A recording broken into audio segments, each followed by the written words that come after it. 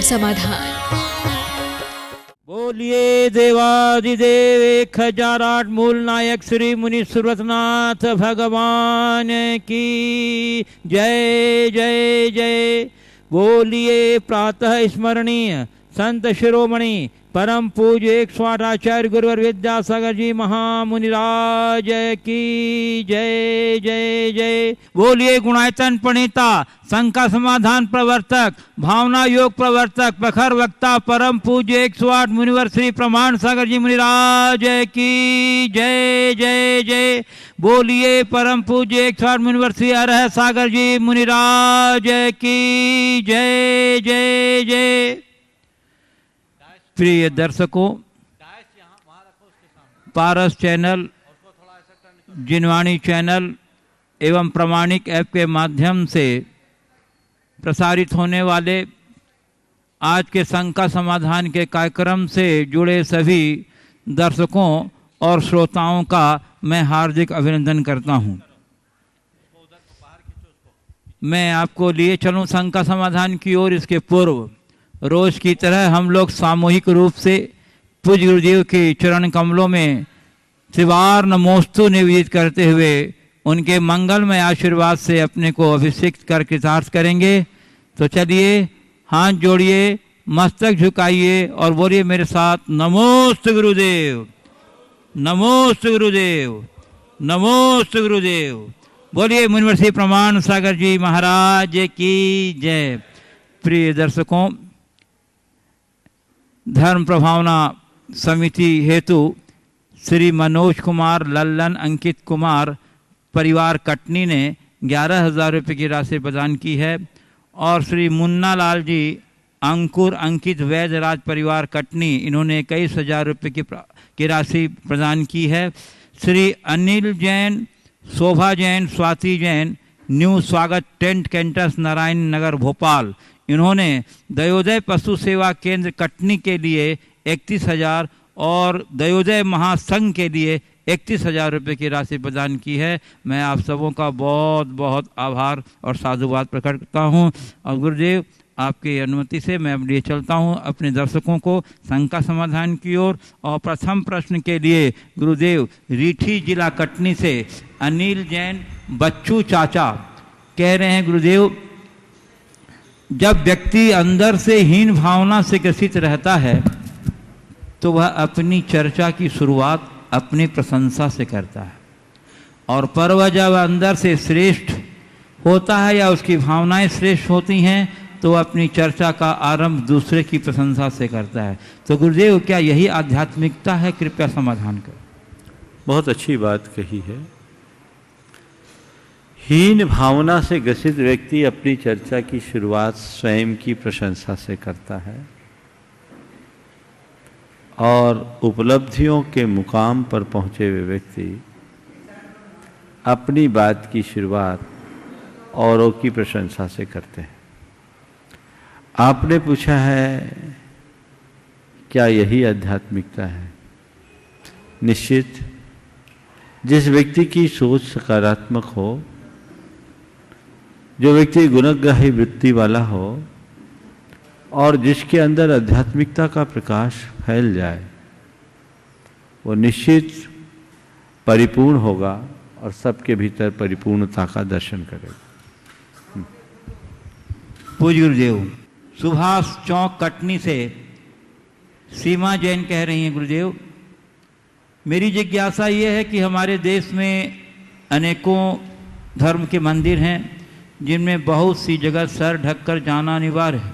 ऐसा अपने जैन धर्म में क्यों नहीं? अगर है तो अनिवार्य क्यों नहीं और हमें सर ढककर क्यों जाना चाहिए? कृपया समाधान।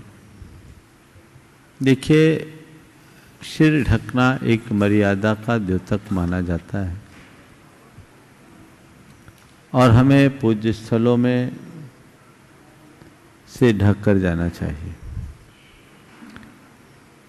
हालांकि एक विशेष बात देखने में आई कि राजा महाराजा जब भगवान के चरणों में जाएं या गुरुओं के चरणों में जाएं तो अपना राज चिन्ह उतार के जाते थे। ऐसा भी उल्लेख पढ़ने में आता है।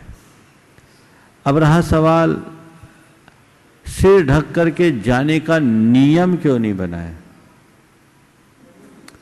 हमारे शास्त्रों में हर चीज नियम से नहीं आता। जो चीजें प्रवाह क्रम से चली आ रही है उसके लिए नियम बनाने की क्या जरूरत? नियम तो उसके लिए बनाए जाते हैं जो चीजें टूट गई हो, छूट गई हो। हमें मंदिरों में सिर ढक करके ही जाना चाहिए।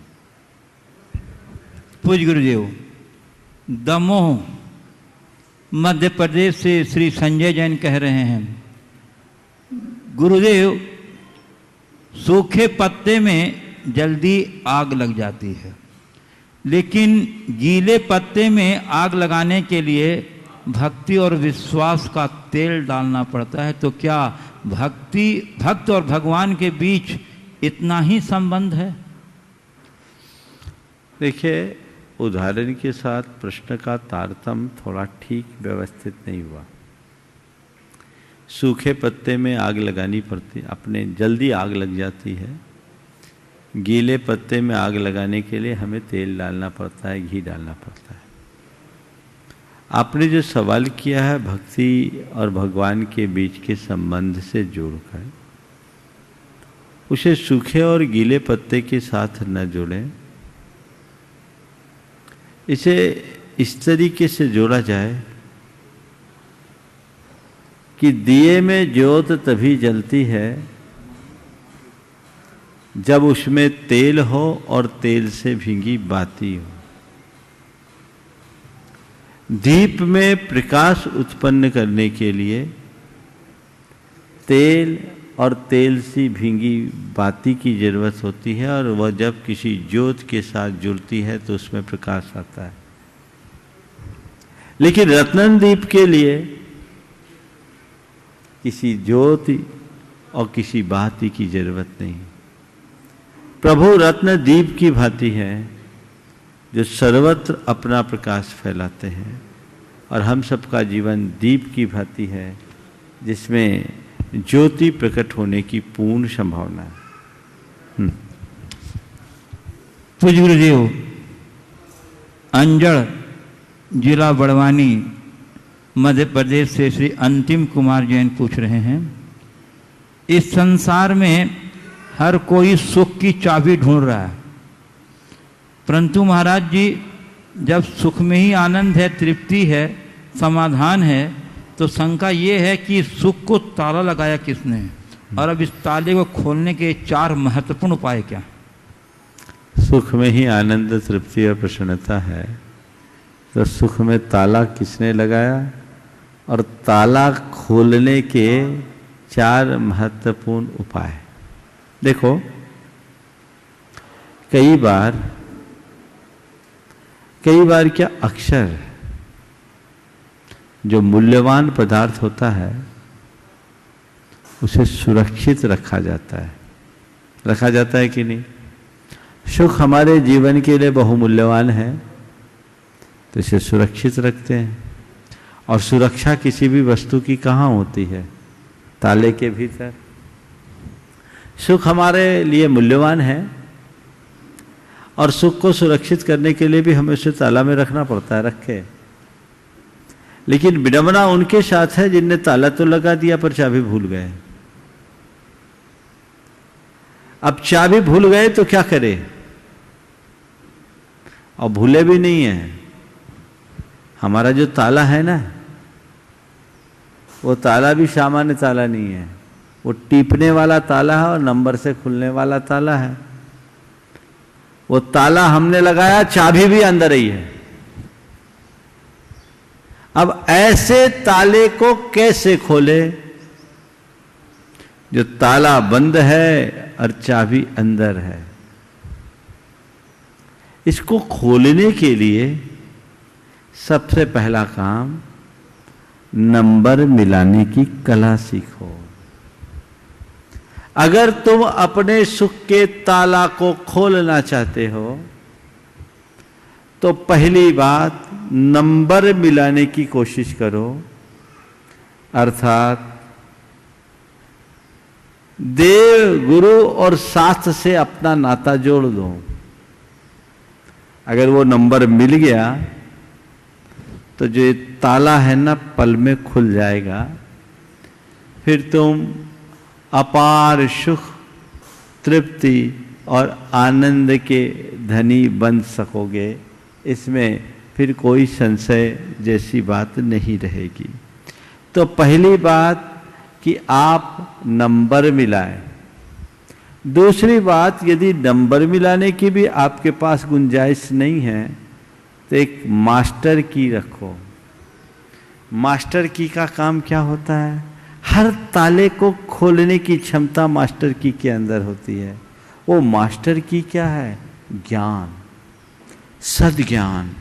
सद्ज्ञान की चाबी तुम लगा दो, तुम्हारा ये ताला खुलेगा और सुख की अनुभूति हर पल तुम्हारे भीतर होगी।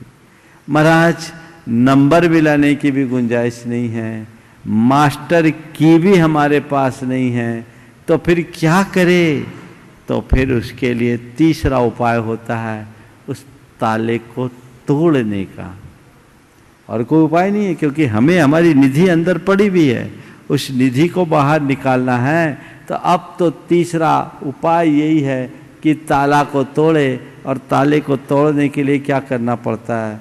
हथौड़ी का प्रहार करना पड़ता है। तो वो हथौड़ी का प्रहार किसके पास जाए?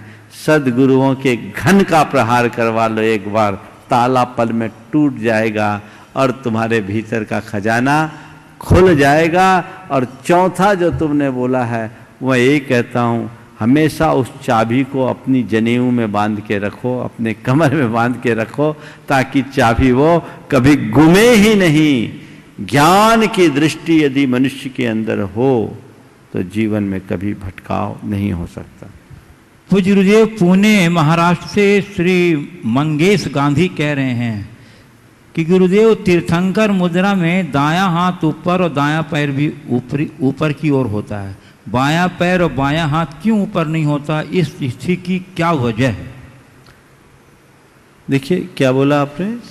वो तीर्थंकर की मुद्रा में दायां हाथ ऊपर मुद्रा होता मैंने बंदना सुना। हाँ, दायां हाथ ऊपर और दायां पैर भी ऊपर की ओर होता है। ये पद्मासन की मुद्रा है। पद्मासन ऐसे ही लगता है, जो सीधा पद्मासन होता है उसमें बायां पैर नीचे, दायां पैर ऊपर। इसी प्रकार बायां हाथ नीचे और दायां हाथ ऊपर, इससे एक वर्तुल बनता है। इलेक्ट्रोमैग्नेटिक फील्ड तैयार होता है ध्यान के बल पर, और उसे उसी रूप में अंकित किया जाता है। अकोला महाराष्ट्र से श्रीमती संगीता गवाने कह रहे हैं, गुरुदेव, संसार में रहते हुए व्यक्ति को ऐसा क्या करना चाहिए कि न वह पुण्य को छोड़े और न पुण्य उसे छोड़े? क्या बात है!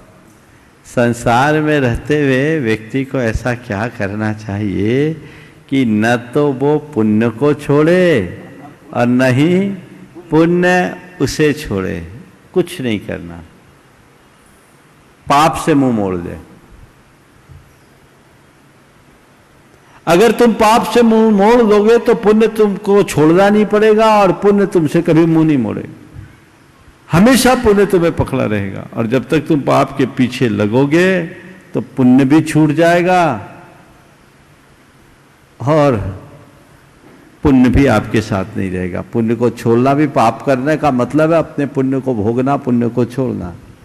तो पाप से बचो, जीवन में दोनों स्थितियां स्पष्ट हो जाएगी। पूज्य गुरुदेव, परतवाड़ा अमरावती महाराष्ट्र से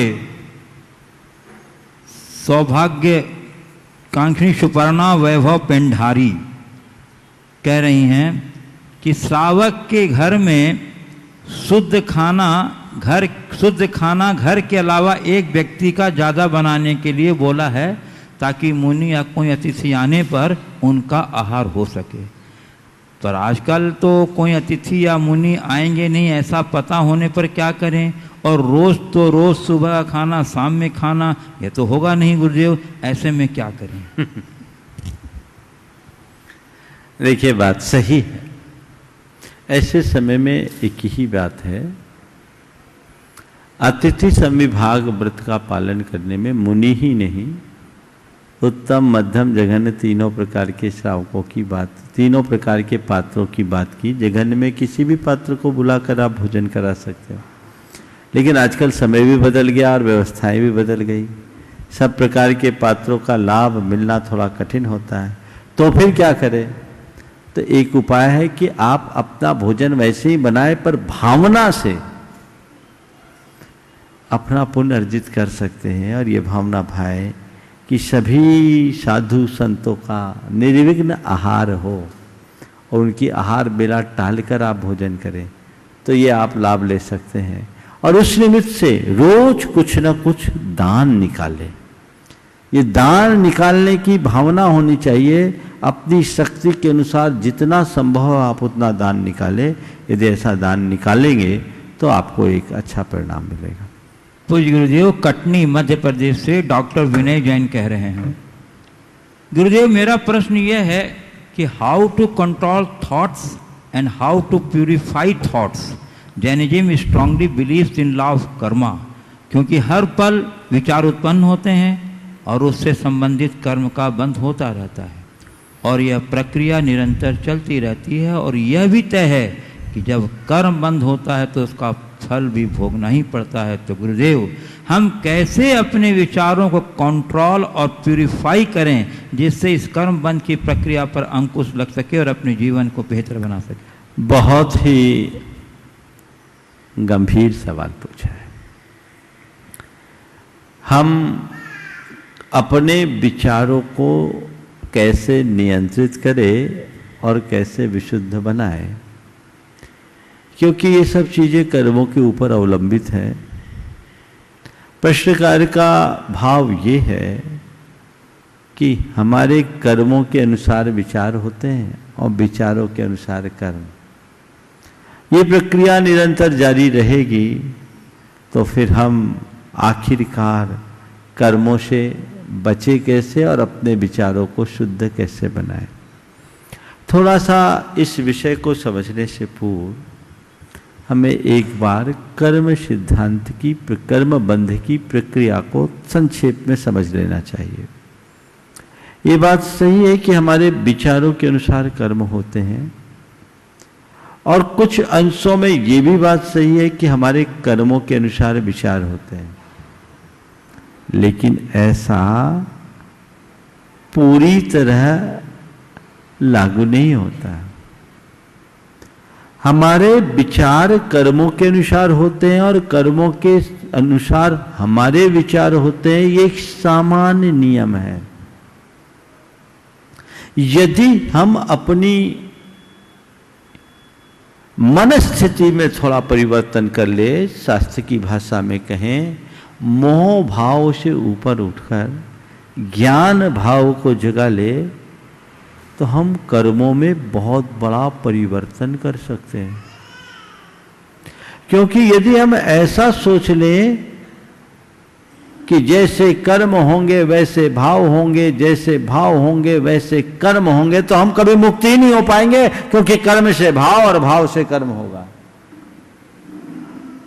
नहीं। साधना कहती है कि इसमें भी कुछ संधि स्थल है, उसे ढूंढो।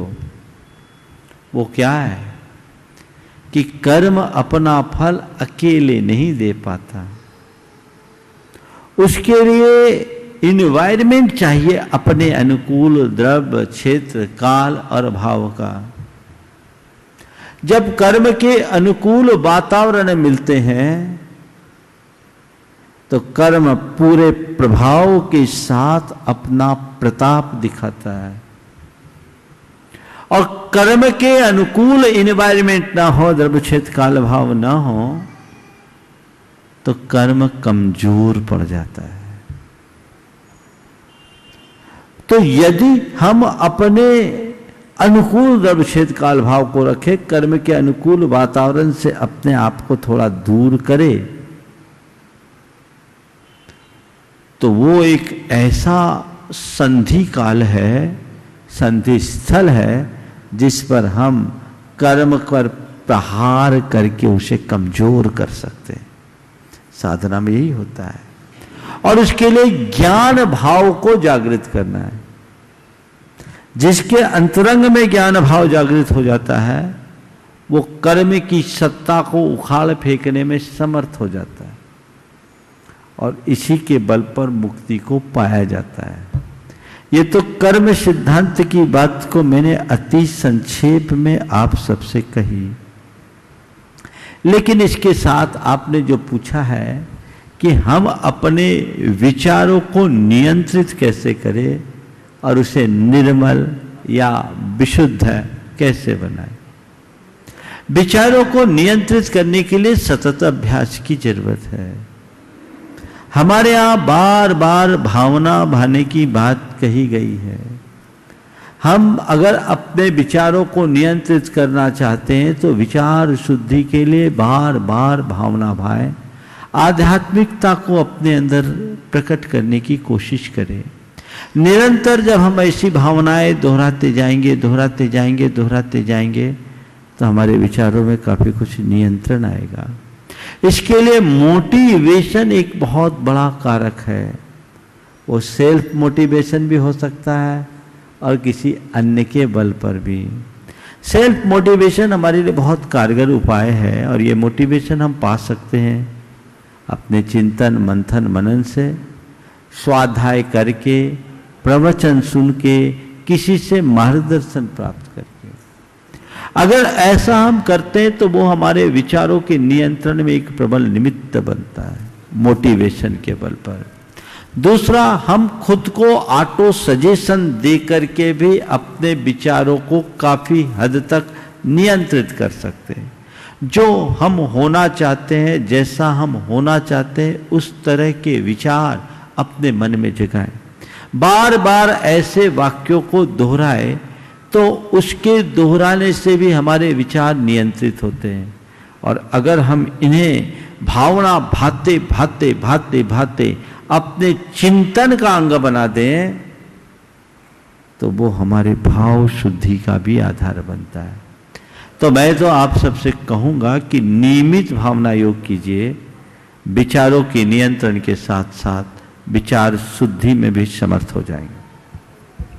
पूज्य गुरुदेव, इंदौर मध्य प्रदेश से मोनिका जैन कह रही हैं, महाराज जी, जो लोग अज्ञानवश कोई गलती करते हैं और भगवान को इतना मानते भी नहीं तो भगवान तो उन्हें क्षमा कर देते हैं, पर जो भगवान में और धर्म दोनों में विश्वास रखते हैं, तब अगर गलती से उसके मन में एक बहुत ही आदरणीय व्यक्ति के लिए कुछ बुरे भाव आ जाते हैं, अपने आप उसका कोई ऐसा इंटेंशन नहीं होता, तब क्या वह व्यक्ति और भगवान उसे क्षमा करेंगे?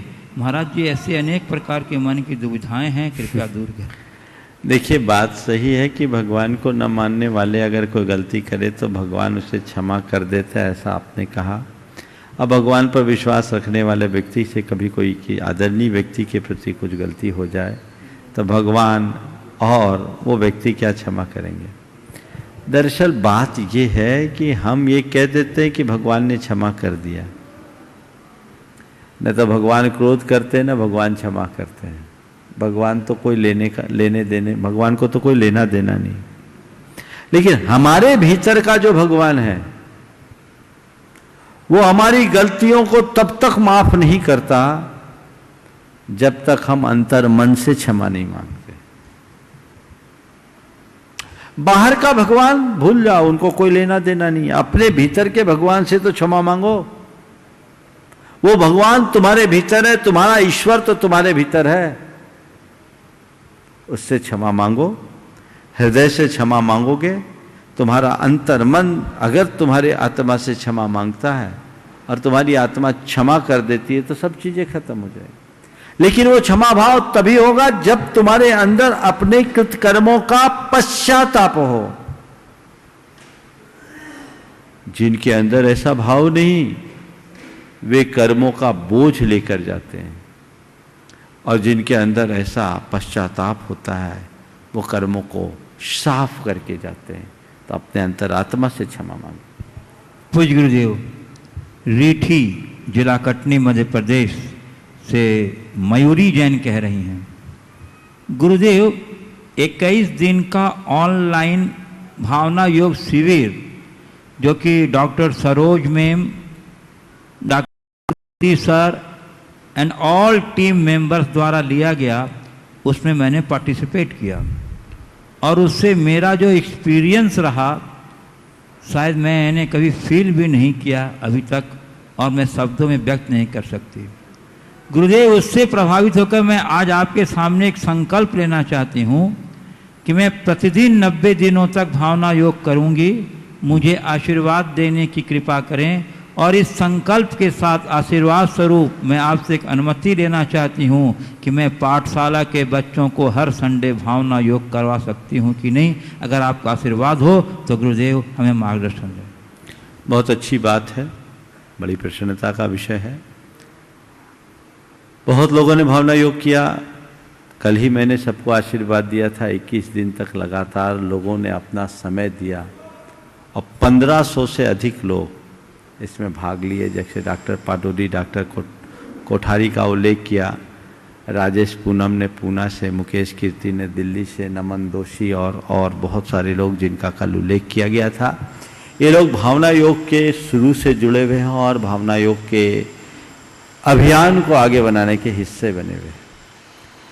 इस बहन ने भावना योग का ऑनलाइन प्रयोग किया, बहुत अच्छी बात है। 21 दिन का इनका अपना जो एक्सपीरियंस है और इसे निरंतर जारी करने का जो मनोभाव बढ़ाया है, मेरा आशीर्वाद है। मैंने कल ही सबसे कहा था कि ये लोग इसे जारी रखें और जन जन तक इसे पहुंचाने का प्रयास करें और लोग भी इससे लाभान्वित हो सके, ऐसा प्रयास और कोशिश करना चाहिए। आपने पाठशाला के बच्चों के लिए भावना योग कराने का मन बनाया है, रविवार के रविवार जरूर कराएं। इससे लोगों में बदलाव आएगा और अगले शिविर के लिए भी लोग तैयार हों। इस तरह का कार्यक्रम निरंतर चलते रहना चाहिए। हमारी एक ही कोशिश हो कि भावना योग जन जन का एक जीवन का अंग बन जाए। पूज्य गुरुदेव, रीठी जिला कटनी मध्य प्रदेश से श्रीमती मंजू अनिल जैन कह रही हैं, गुरुदेव, मानव जीवन में प्रत्येक मनुष्य के समक्ष सम एवं विषम परिस्थितियां आती हैं। उन परिस्थितियों का प्रभाव क्या और कितना पड़ता है? क्या नजरिया बदलने से पूरा परिणाम बदला जा सकता है?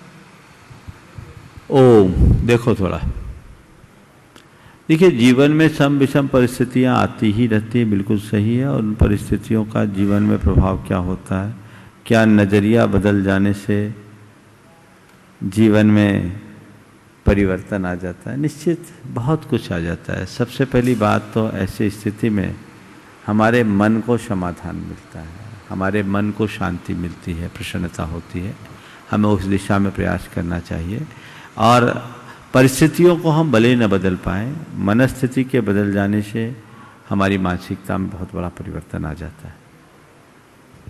पूज्य गुरुदेव, देखो, बाहर का शोर बंद कराइए। पुरानी बस्ती कटनी से श्रीमती सालू जैन, अध्यक्षा महिला परिषद कटनी, कह रही हैं, गुरुदेव कि आज की गृहिणियाँ धार्मिक कार्यक्रमों के साथ सामाजिक कार्यों में भी भाग लेना चाहती हैं, परंतु उनके पास पारिवारिक उत्तरदायित्व भी होता है।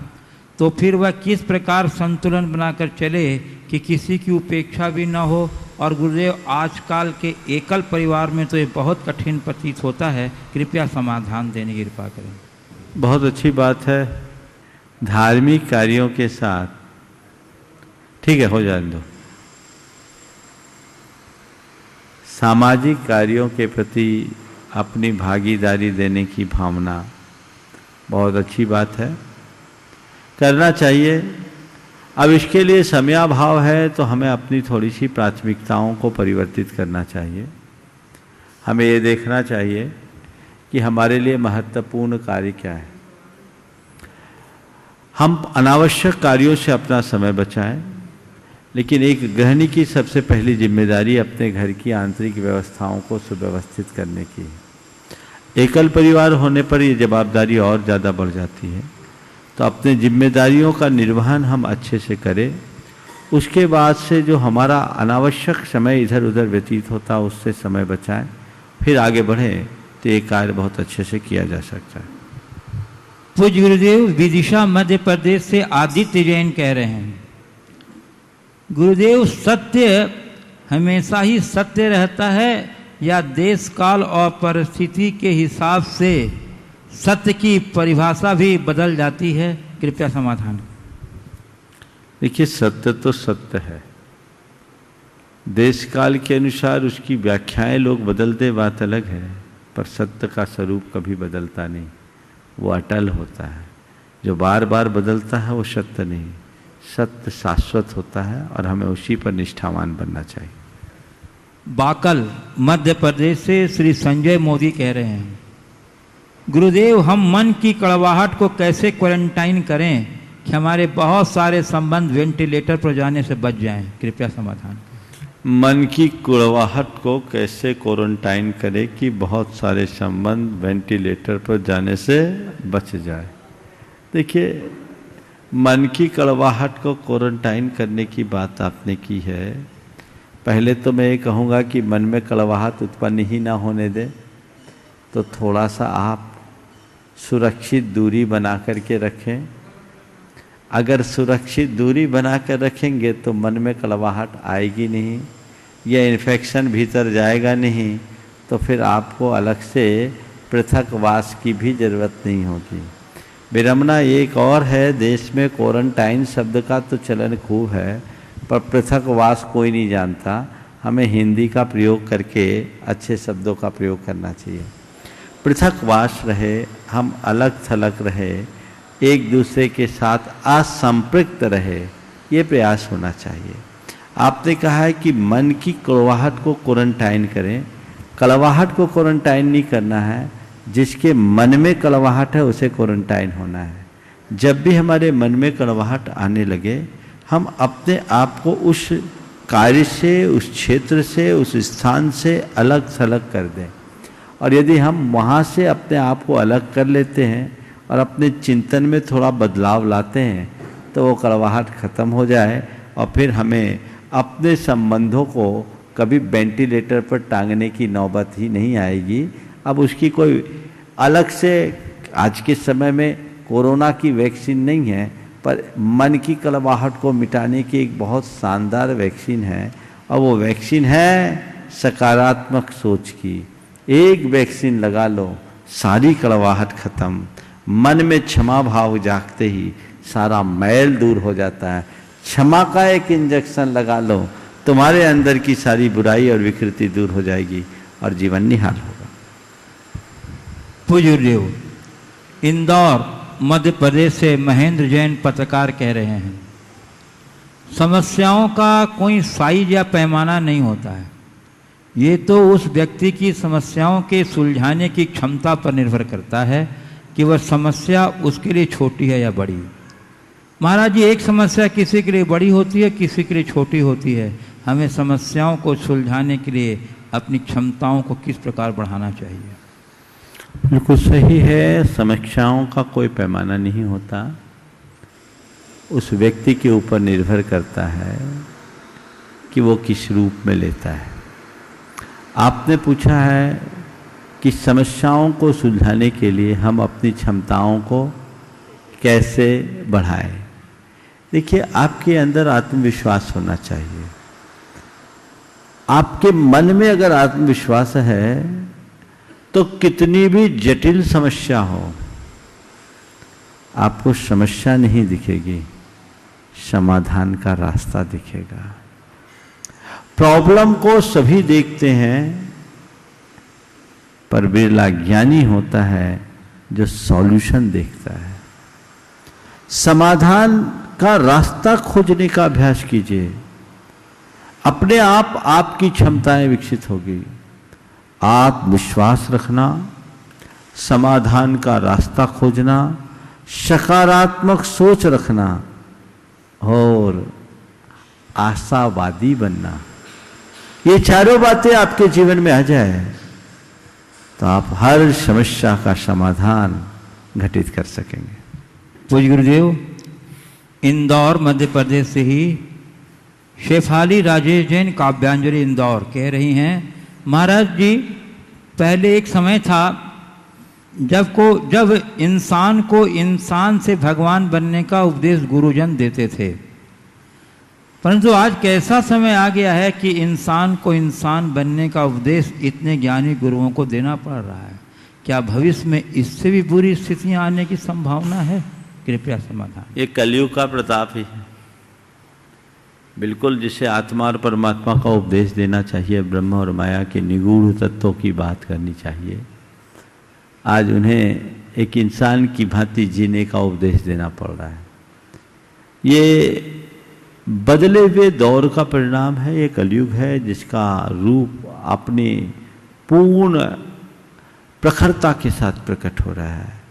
अब मुझे लगता है कि आने वाले दिनों में मनुष्य की स्थिति दिनों दिन और बिगड़ेगी, तो हमें वैसा उपदेश देना होगा।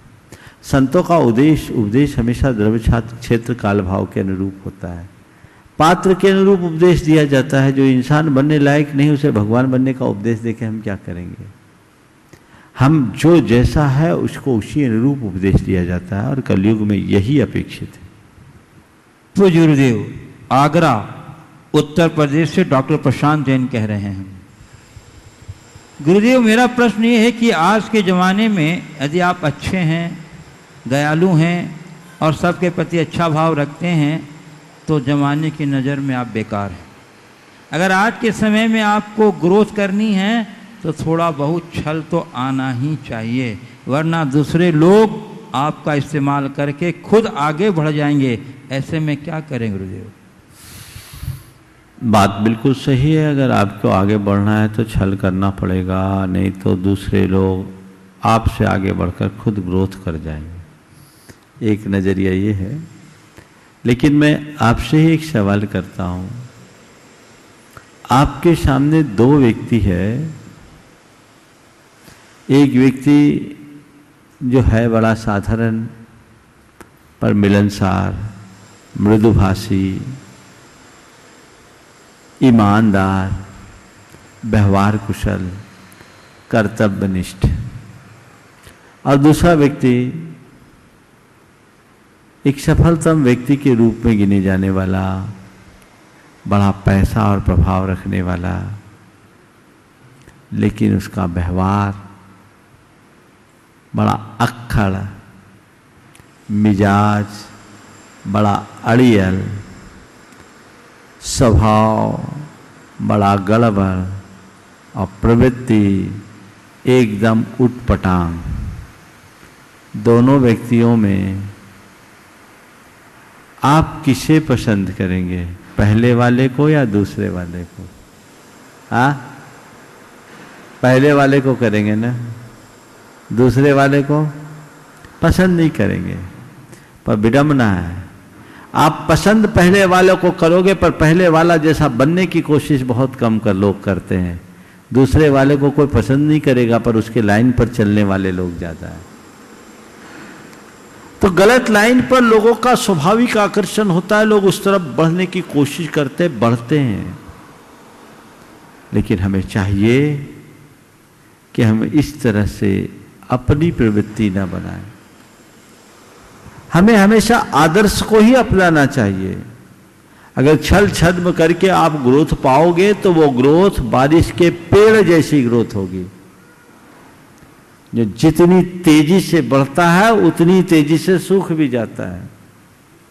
अपने जीवन को बारिश के पेड़ की भांति मत बढ़ाओ, बरगद की पेड़ की तरह ऊंचा उठाओ। व्यक्तित्व की गहराई से ऊपर उठो। ऐसा नहीं है कि न्याय, निष्ठा, नीति और ईमानदारी के साथ चलने वाले लोगों की ग्रोथ नहीं होती। उनकी जो ग्रोथ होती है वो स्थायी होती है, उनको कोई डर भय नहीं होता। तो हमारी दृष्टि स्थायित्व के प्रति होनी चाहिए और उस तरफ हमें आगे बढ़ना चाहिए। पूज्य गुरुदेव, किशनगंज बिहार से रिद्धि जैन कह रही हैं, गुरुदेव आपने निंदा से बचने के लिए कहा,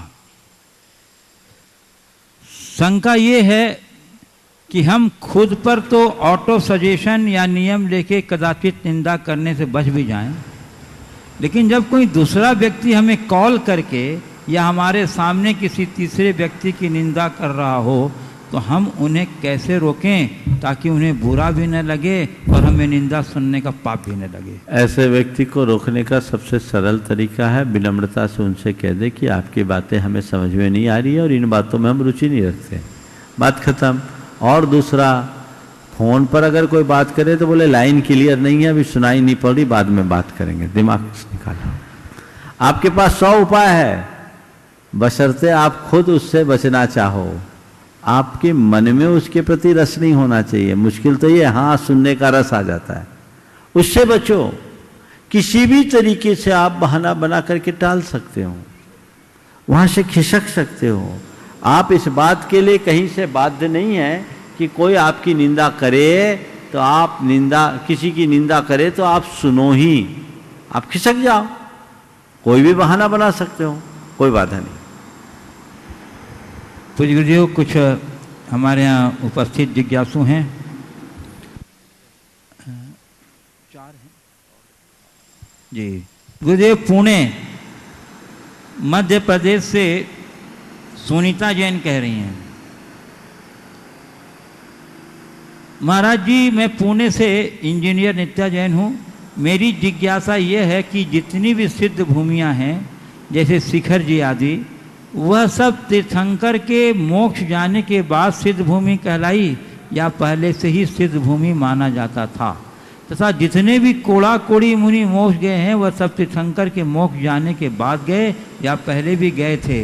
यदि पहले भी गए हैं तब उस स्थान को सिद्ध भूमि नहीं कहते थे क्या गुरुदेव? क्योंकि हम कई बच्चों की ये जिज्ञासा है, हम लोग जब आपस में चर्चा करते हैं तो उसका समाधान नहीं निकल पाता। देखिए ऐसा है, सम्मेत शिखर जी शाश्वत सिद्ध भूमि है।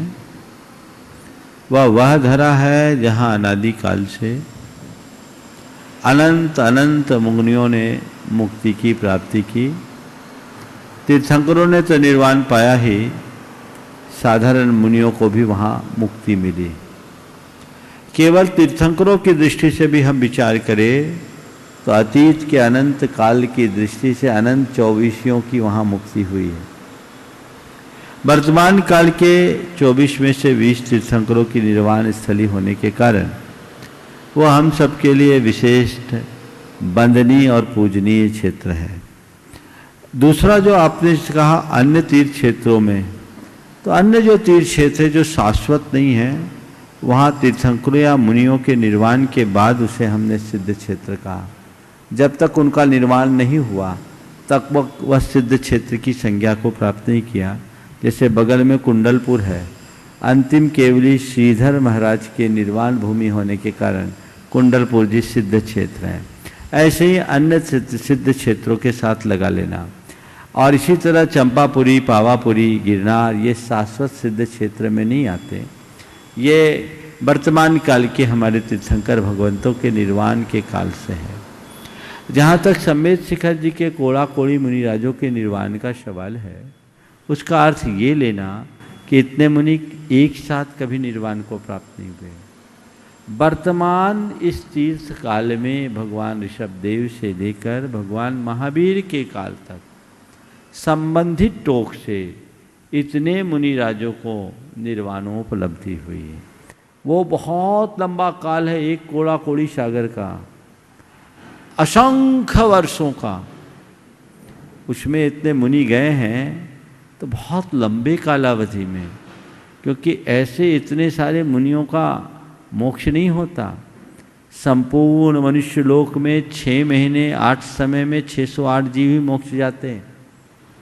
साल में अगर देखें तो 1216, उससे ज़्यादा नहीं, उतने ही जाएंगे। तो ये तो कोड़ा कोड़ी असंख्य असंख्य वर्षों का फल है।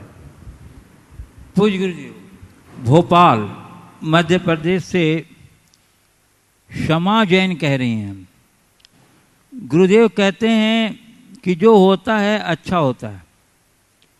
तो गुरुदेव मेरा अभी गर्भपात हो गया है, तो मैं ये कैसे मानूं कि जो होता है अच्छा होता है? गुरुदेव डॉक्टर के कहना था कि बच्चे की हार्ट बीट डेवलप नहीं हो रही थी, तो क्या गुरुदेव इस में मुझे भी पाप लगेगा? और अगर हमें सबको अपने जीवन में क्या मंत्र अपनाना चाहिए कि आगे ऐसा किसी के साथ न हो? कृपया मार्गदर्शन दें। देखिए, सामान्य रूप से देखा जाए तो गर्भपात होना अच्छी बात नहीं है, और ऐसा होने से आप माँ बनने के सुख लेने से वंचित रह गई तो निश्चित रूप से एक माँ के लिए तो बहुत बड़ी दुर्घटना है। ये एक एंगल है। जो होता है सो अच्छा होता है, वो पूर्ण सत्य नहीं अर्ध सत्य है। इसे हर संदर्भ में मत ले लेना। किसी का जवान बेटा मर गया और तुम जाके कहो जो होता है अच्छा होता है, तो मामला गड़बड़ हो जाएगा। हमें प्रसंग और परिस्थिति के अनुरूप ही बात करनी चाहिए।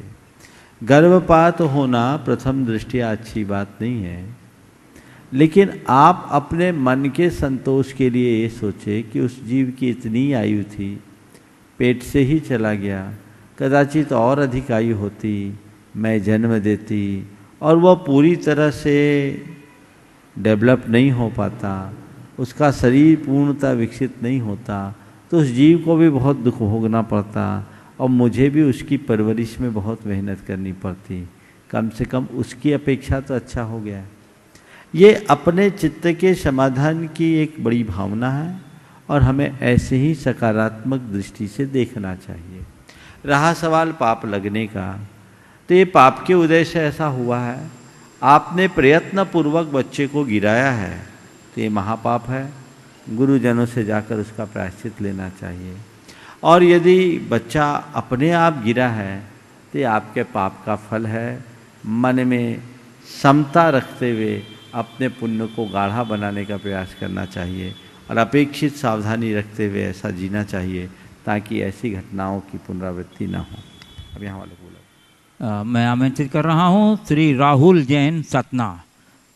और तब तक एक प्रश्न पूछ लेता हूँ, कटनी सही है? सुनी नहीं?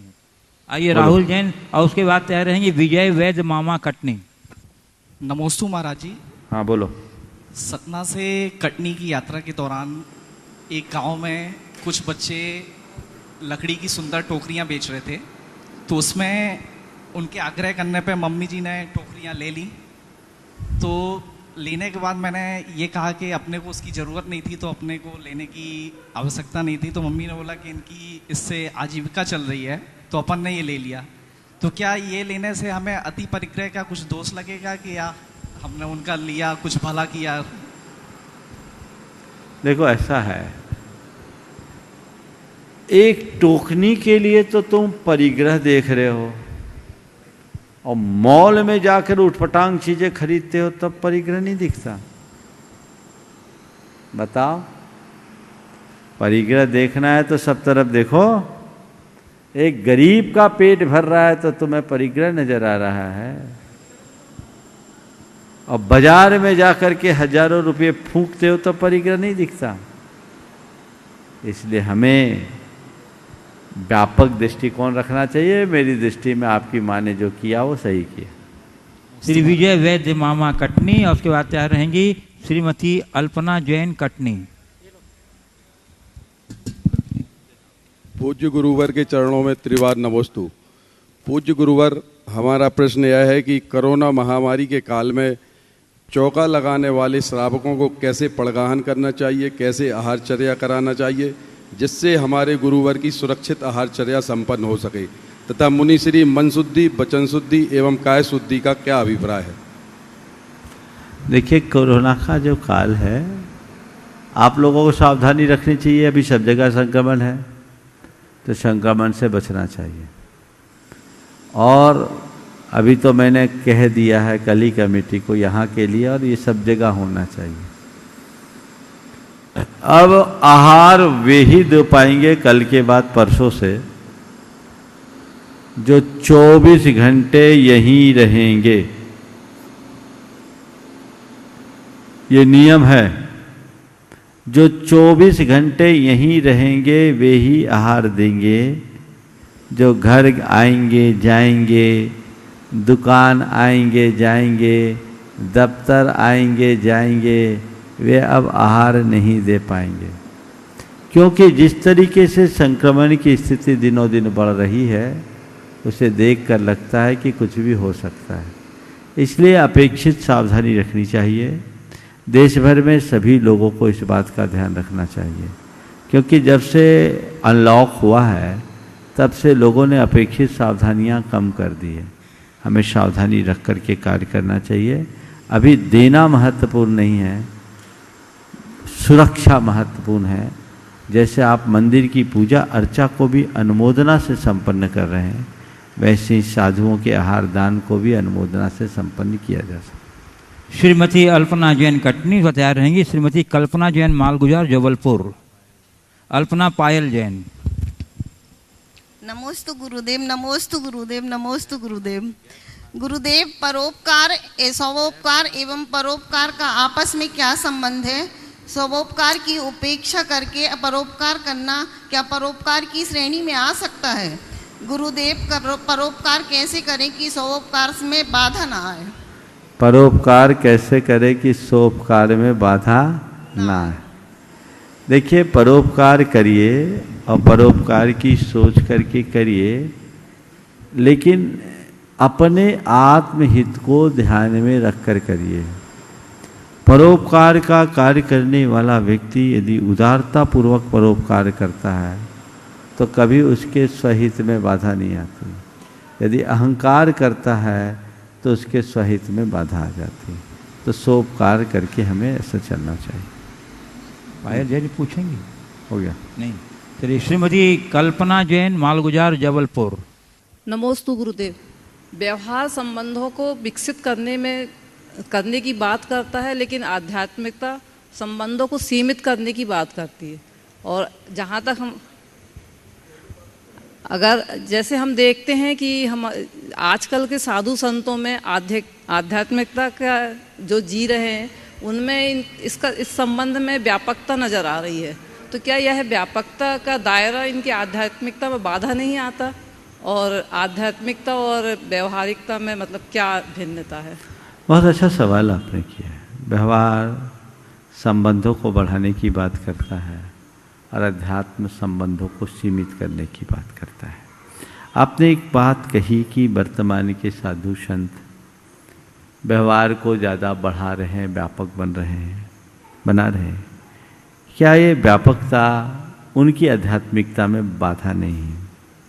देखिए, सबसे बड़ी बात, ये बात सत्य है कि हम जितना विस्तारित होंगे उतना उलझेंगे और जितना सीमित होंगे उतना सुलझेंगे। जहाँ तक विस्तार और व्यापकता का सवाल है, एक किसी कार्य को करते समय उसमें रचपच जाना और एक है कि केवल साक्षी भाव से अपना काम करना, बड़ा मौलिक अंतर होता है। आम जन जब कोई कार्य करते हैं तो उसमें डूब जाते हैं, रचपच जाते हैं। रचपच जाने के परिणाम स्वरूप वो उतने इंडल्ज हो जाते हैं कि वो उनके सिर का एक बोझ बन जाता है। पर साधु संत सबके बीच रहते हुए भी स्वयं में रमे रहने की कला रखते हैं। जो केंद्र से जुड़ा है वो परिधि के कितने भी चक्कर लगाए उसको चक्कर नहीं आएगा, और केंद्र छूट जाए तो चक्कर ही चक्कर खाएगा। ध्रुव लक्ष्य को सामने रख करके चलना चाहिए। हमारा उद्देश्य क्या, प्रयोजन क्या, और हम किस बात के लिए बढ़ा रहे हैं। लोगों के जीवन में आध्यात्मिकता है, और एक आज के दौर में हमें निगूढ़ अध्यात्म से ज्यादा जरूरी व्यवहारिक जीवन में अध्यात्म की प्रतिष्ठा है। अगर मनुष्य के जीवन में अध्यात्म हो तो उसका व्यवहार सरस होगा।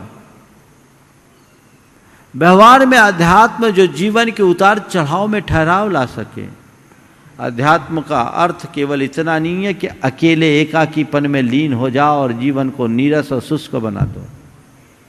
आध्यात्मिक होने का मतलब तो ये भी है कि तुम जहाँ रहो प्रसन्नता से जियो, स्थिरता से जियो, जीवन के उतार चढ़ाव में ठहराव ला सको, जीवन की सब प्रकार की चुनौतियों का सामना कर सको, हर परिस्थिति के अनुरूप अपने आप को ढाल सको, अपने आवेग संवेग को नियंत्रित कर सको, अपने व्यवहार को विनम्र और शालीन बना सको, अपने चिंतन को सकारात्मक बना सको, जीवन में एक रचनात्मक दिशा प्राप्त कर सको।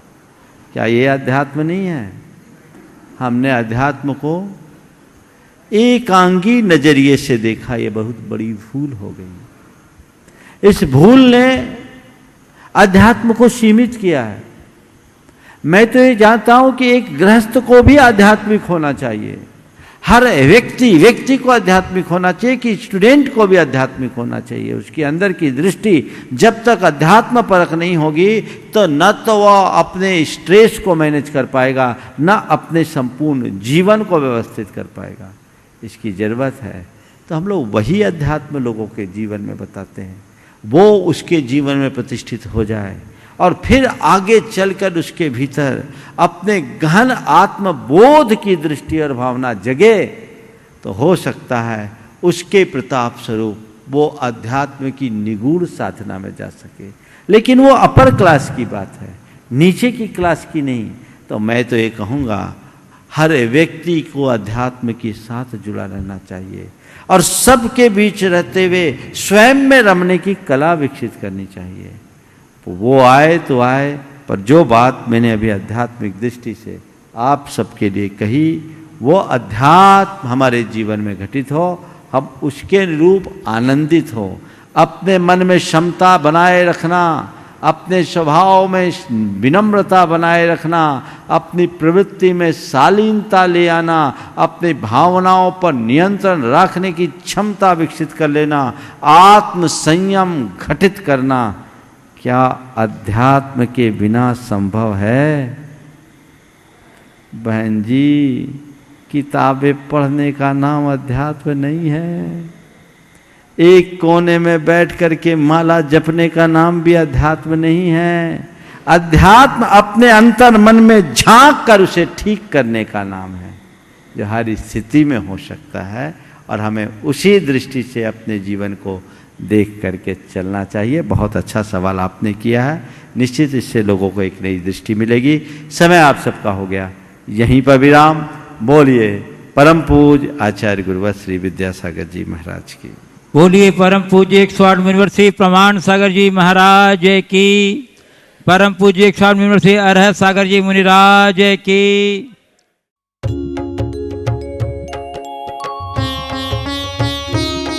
शक का समाधान।